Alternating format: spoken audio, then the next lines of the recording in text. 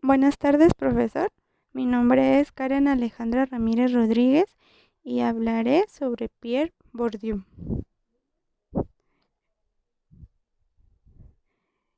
Pierre Bourdieu fue un sociólogo francés que nació en Denguin, Francia, en 1930.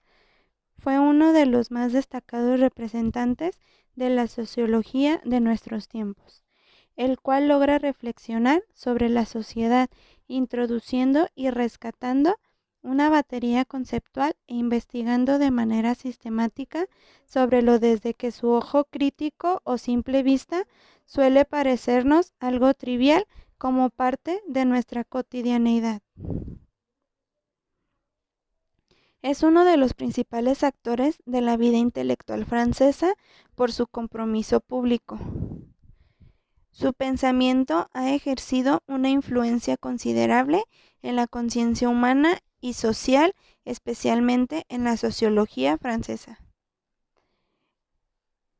Él mismo caracterizó su modelo sociológico como constructivismo estructuralista.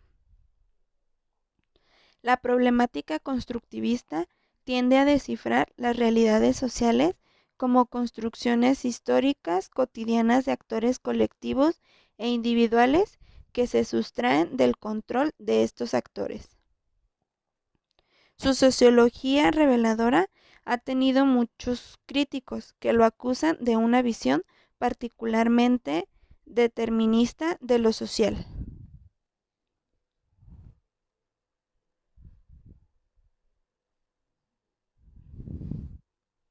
Su obra está determinada por un análisis sociológico de los mecanismos de reproducción de jerarquías sociales.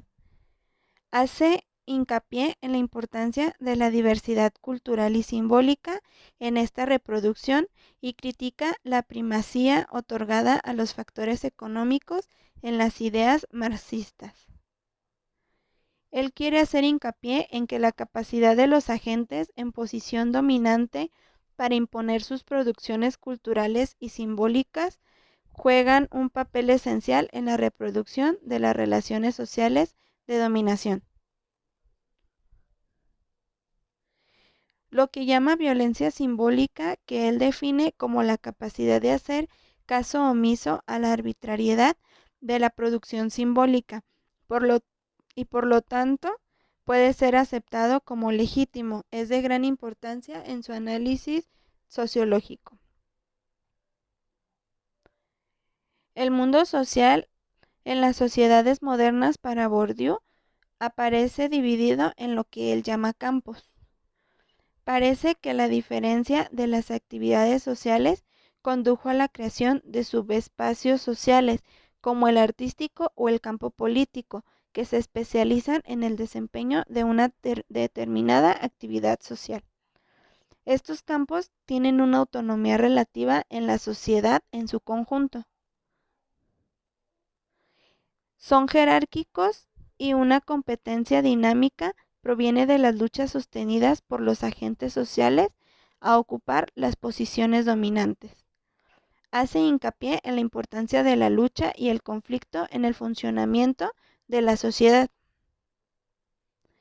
Para él, estos conflictos se llevan a cabo principalmente en distintos ámbitos sociales, enraizados en sus respectivas jerarquías, y se basan en la oposición entre los agentes dominantes y dominados.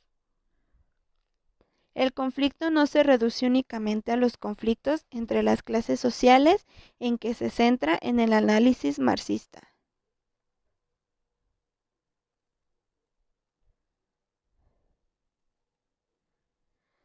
También ha desarrollado una teoría de acción en torno al concepto de hábitos que ha ejercido gran influencia en las ciencias sociales. Él mencionaba una frase que dice: el sociólogo, al igual que el herrero o el obrero manual, debe permanentemente mejorar sus herramientas. Esta teoría trata de demostrar que los agentes sociales desarrollan las estrategias sobre la base de un pequeño número de disposiciones adquiridas por la socialización. El bien y el inconsciente se adaptan a las necesidades del mundo social. El trabajo de Bourdieu está ordenado en torno a una serie de conceptos rectores, entre otros.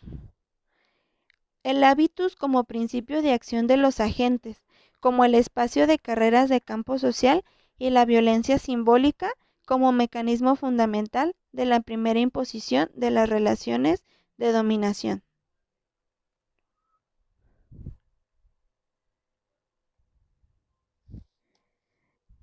Teoría de Bourdieu.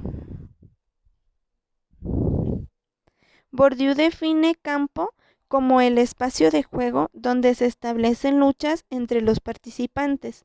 Los participantes son agentes que luchan, crean y participan para lograr un capital simbólico donde existe legitimidad, prestigio y autoridad. El capital son los recursos y bienes o materiales que uno posee. El capital se divide en económico, que son recursos que se derivan del dinero, en lo cultural, que son saberes y certificaciones logradas por cuenta propia o avaladas por instituciones, y en lo social, que son vínculos que las personas crean entre sí, y de estos se logra el capital simbólico, que es cuando una persona adquiere el reconocimiento social de alguno de sus capitales. Por ejemplo, como observamos en la imagen, en el capital cultural entran profesores y artistas, los cuales tienen mucha cultura o conocimientos, pero no adquieren mucho ingreso económico. Y en el capital económico podemos encontrar a empresarios y jefes de algún sector económico, los cuales generan buenos ingresos económicos, pero no tienen mucha cultura o conocimientos como un profesor. Todos pueden entrar al capital social si conocen a alguna persona importante. Un ejemplo de lo anterior es la recreación como campo. La recreación como campo es donde encontramos los capitales cultural, social y simbólico. La recreación como campo es un fundamento social en el cual vamos a encontrar actores, prácticas y público. En los actores tenemos el oficio recreativo, en donde existe un interés y que el oficio recreativo nos va a llevar al hábitus. Además, aquí encontraremos las instituciones y las vivencias. En lo público encontraremos a los profesionales. Vemos la recreación como un derecho fundamental. Aquí encontraremos la comunidad académica y la producción intelectual. La práctica, al igual que los actores y el público, nos llevan al capital, y todo esto va a hacer que haya relación con otras disciplinas, y esto nos dará legitimación de la recreación.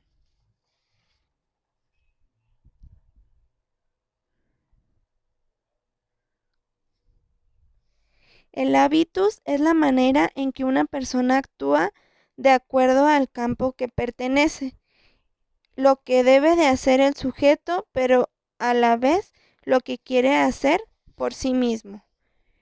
Lo que hacemos y nos gusta es como se conforma por el contexto social y decisiones personales. Conceptos básicos. La teoría de Bourdieu está constituida por un conjunto de conceptos relacionados entre sí y que no se entienden sino en relación con otros. El punto de partida del análisis de lo social es el momento objetivista o de la indagación, en el cual nos abocamos a caracterizar las estructuras sociales externas, lo objetivo, lo social hecho cosa. El segundo momento del análisis será el subjetivista, la consideración de las estructuras sociales internas, subjetivas o lo social hecho cuerpo. Conceptos. Habitus. Es la forma en que las estructuras sociales se graban en nuestro cuerpo y nuestra mente y forman las estructuras de nuestra subjetividad, socialización. Campo. Son espacios de juego históricamente constituidos con sus instituciones específicas y sus leyes de funcionamiento propias. Campo dominante y dominado. Son las distintas configuraciones de clases o relaciones sociales, donde se unen para relacionarse. Bourdieu lo explicaba como si fuera una red donde las relaciones son necesarias. Estas relaciones con su respectiva razón de ser y también con su estatus social que los hace relacionarse de tal o cual manera. Bourdieu propone que situemos a los individuos en un mapa. Estas posiciones de los individuos funcionan con parejas de oposiciones, por ejemplo, pobre con rico o valiente con cobarde. Así podemos analizar las diferencias en los individuos según el campo en el que se encuentren con más facilidad. Condicionamiento. Pareciera en primera instancia que al estar en determinado campo y ya estando dentro de éste, nos comportamos de una manera específica gracias al hábitus, por lo que nos encontraríamos determinados. Te limita a estar en cierta posición, pero dentro de lo posible, cada uno es capaz de decidir su propio movimiento. Ilusión. Es una mera ilusión de lo que son nuestras pautas de conducta como modelos únicos a seguir. Es la creencia en el juego por parte de dos posiciones que se disputan un tema en particular.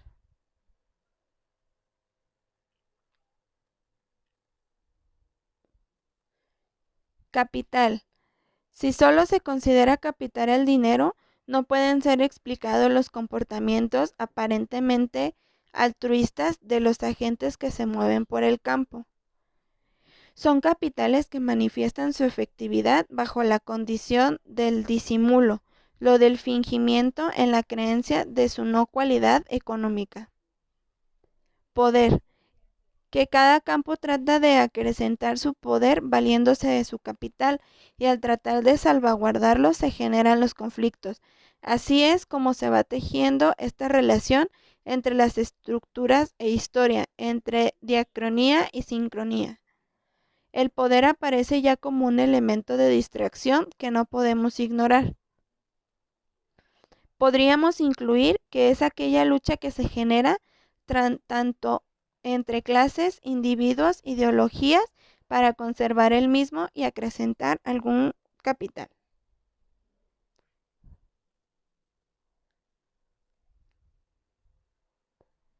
Gracias por su atención.